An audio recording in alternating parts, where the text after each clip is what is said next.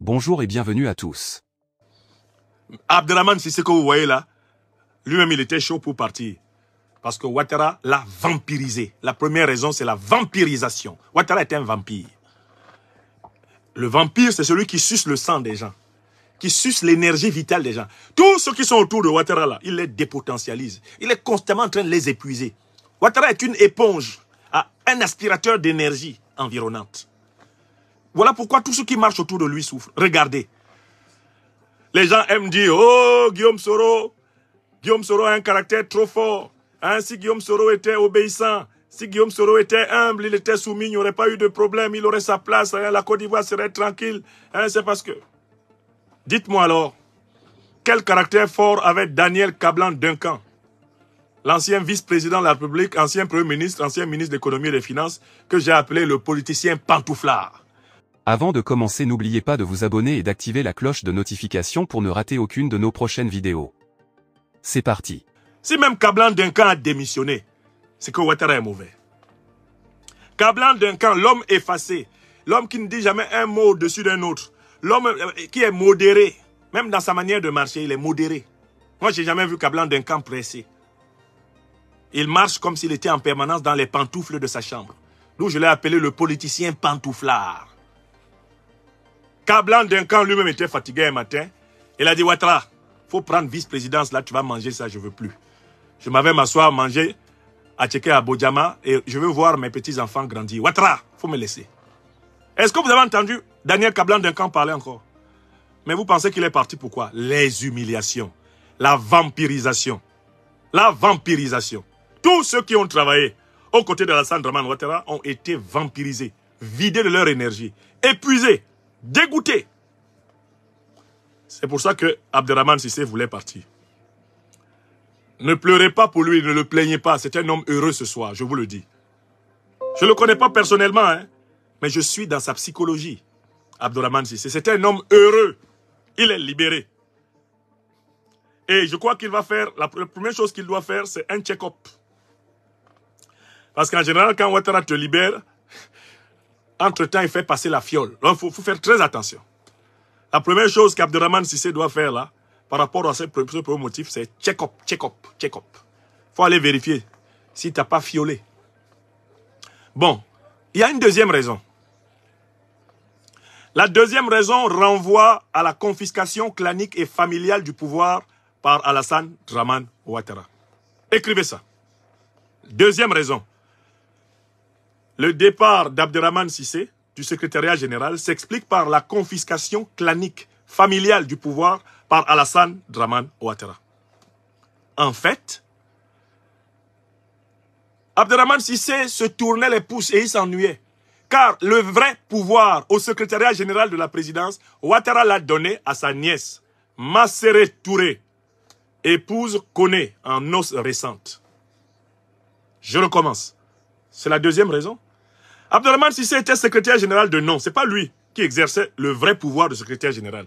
C'est son adjointe, la nièce directe d'Alassane Dramane Ouattara, Masséré Touré. C'est elle qui est, en réalité, détentrice du secrétariat général. Donc, on humiliait tout le temps Abderrahmane Cissé parce que c'est cette dame-là qui lui donnait des ordres. Toi, tu es secrétaire général. La dame est adjointe. Mais c'est elle qui reçoit tous les dossiers. Et c'est elle qui te donne des instructions sur le traitement des dossiers. Toi, tu peux supporter ça combien de temps? Même si on dit, à cause du pouvoir, là, il faut avaler le sang, il faut accepter la honte. Masséré Touré, soutenu par son oncle, a régulièrement tripatouillé le monsieur. Fatigué le monsieur. Elle l'a exténué. Le monsieur a dit, mais non, elle lui a fait voir de toutes les couleurs là-bas. De toutes les couleurs. La preuve, car je ne parle jamais sans preuve, c'est que l'acte de révocation d'Abderrahmane Cissé a été signé par son adjointe.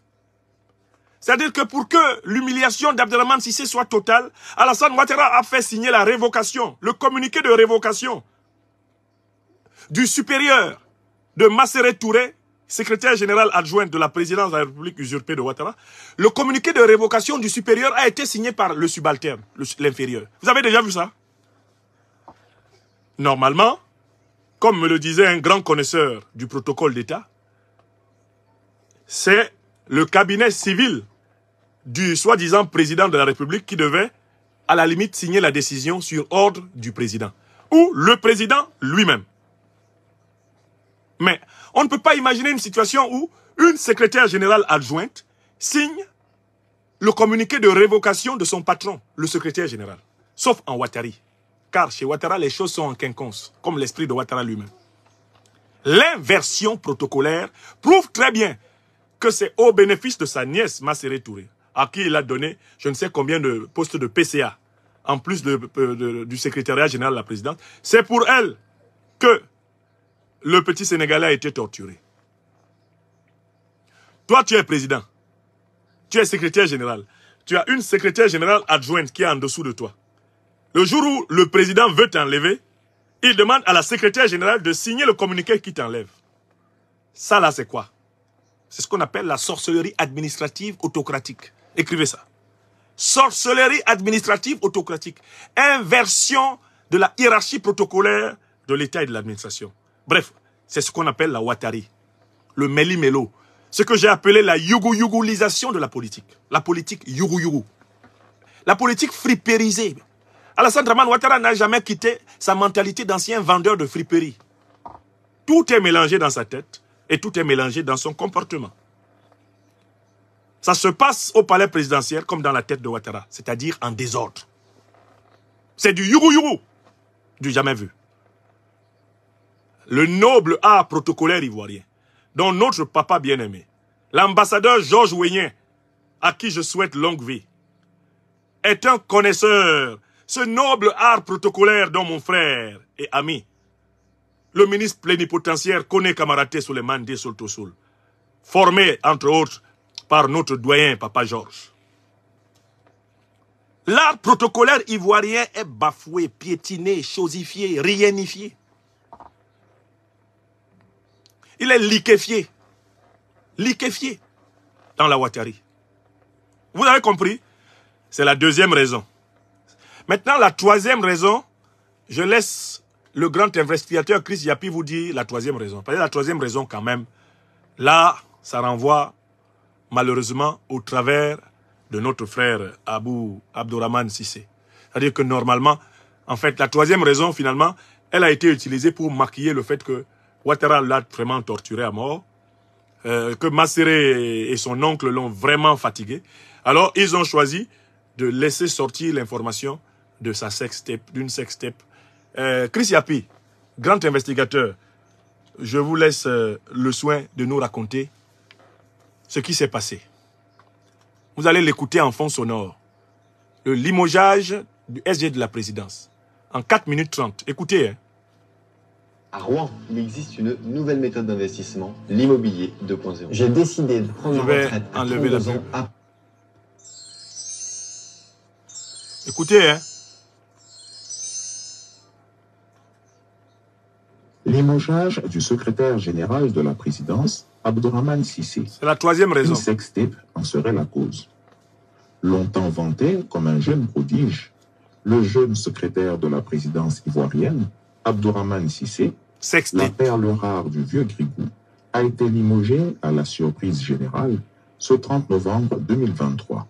Voilà. La raison évoquée, selon des sources proches du palais, serait l'existence d'une sextape où l'on peut reconnaître notre virtuose en train d'étaler ses talents prodigieux dans un domaine autre que la finance. La fameuse sextape aurait atterri sur la table du vieux Grigou, qui serait indigné et même dégoûté.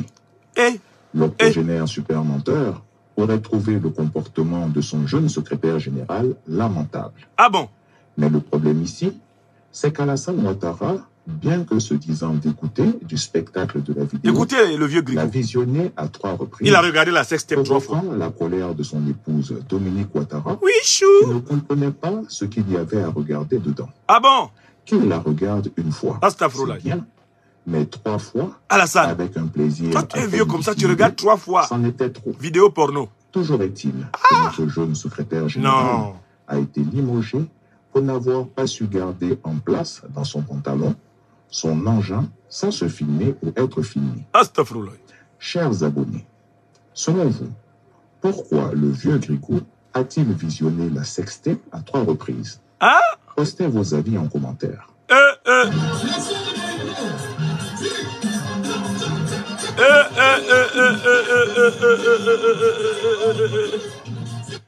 Bon, vous avez écouté la version de Chris Yapi, c'est la 3e raison. Apparemment, le vieux Grigou détiendrait une sextape de son secrétaire général dans laquelle celui-ci montre toute sa capacité masculine en indignant un ou je ne sais combien de corps féminins. Et ceci, Alassane Ouattara a considéré que c'est humiliant. Non, non, non, c'est inacceptable. Mais le problème, c'est que, selon Chris Yapi, Ouattara a regardé la sextape au moins 3 fois. Ce qui a énervé Dominique, qui aurait dit, mais Chou, je comprends pas pourquoi tu t'évertues à continuer à regarder cette sextape là, Chou. Non, non, non, Dominique, tu sais, je veux voir les positions que cet abruti a utilisées pour pouvoir le condamner. Tu sais, c'est un monsieur qui pourrait dire que non, il n'a rien fait. Hein. Il pourrait dire les réseaux sociaux, il y en a de tout. Hein. Je ne me reconnais pas. Non, non, non. C'est pour ça que je regarde plusieurs fois. Chou, tu me prends quand même pas pour une conne. Hein. Ça fait bien 3 fois. Ça suffit. Hein. Bon, écoutez. La 3e raison qu'on nous avance là, en fait, c'est l'alibi qu'ils ont trouvé pour se débarrasser de lui. Et lui-même, de toutes les façons, il s'en fout, manifestement. Parce que, comme vous le savez, en tout cas, une sextape de cette nature, qui montrerait les prouesses d'un mâle avec une femelle de son choix, c'est pas cela qui va faire dégringoler, effectivement, la réputation de M. Abdourahmane Cissé en Afrique. Si c'était une sextape, je ne sais pas, homosexuelle ou transsexuelle, ou une sextape qui... la loi humaine et sexuelle humaine était complètement transgressée vers les animaux, oui, il est probable que ça puisse émouvoir très négativement les sociétés africaines. Mais si la sextape prouve qu'il est garçon, comme on dit à Abidjan, garçon pile, bon, ça ne va pas énerver les gens. D'autant plus que Alassane Ouattara nous a habitués à avoir quand même un certain nombre de grands frappeurs d'Aoko, comme on dit à Abidjan, et qui exercent leur art sous son portrait au palais présidentiel. Qui a oublié les scènes extraordinaires de l'individu membré comme un cheval, le Gon Koulibaly, qui a choisi le portrait de son cousin Amadou Gon, son frère Amadou Gon, Premier ministre, et le portrait de Ouattara pour encadrer ses exercices érotiques, et qui s'astiquait l'arbre et les 2 noix avec une délectation qui finalement l'a rendu sympathique à certains milieux de la République. Car finalement, on s'est dit, en fait, s'il a fait ça, c'est lui qui sait que Ouattara n'est pas président. Parce que si tu sais que le monsieur qui est là derrière est le président de la République, voilà, et tu ne peux pas faire des choses comme ça devant son portrait. Si tu sais que l'autre là est vraiment Premier ministre, tu ne peux pas faire des choses comme ça devant son portrait. Si Gon Koulibaly là s'est permis de se masturber sous les portraits d'Ouattara et de son frère, c'est parce qu'il sait qu'eux-mêmes là sont des faux types. Il n'a même pas peur d'eux. La preuve, il est là, non? Se promène tranquillement à Abidjan. Et quand les gens le voient, les gens rigolent. N'est-ce pas? Donc, Abdourahmane Cissé, ce n'est pas la sextape qui l'a fait virer, mais la sextape sert de prétexte pour le virer. C'est ce que la Ouattari utilise pour cacher le fait qu'elle l'a vraiment maltraité. Le monsieur lui-même, il était fatigué. Il était fatigué. Bon, ils ont la sextape, ils peuvent faire ce qu'ils veulent de ça. De toutes les façons, manifestement, Abdourahmane Cissé, lui, il est fier de sa sextape. Parce que quand on filmait là, lui-même, il savait. Non, il s'en fout. Hein? Ça me rappelle une affaire comme ça qui avait circulé sur mon frère Alain Toussaint. Mais Alain Toussaint n'est pas à Abidjan, il s'en fout. Il s'en fout ou il s'en fout pas? Il s'en fout.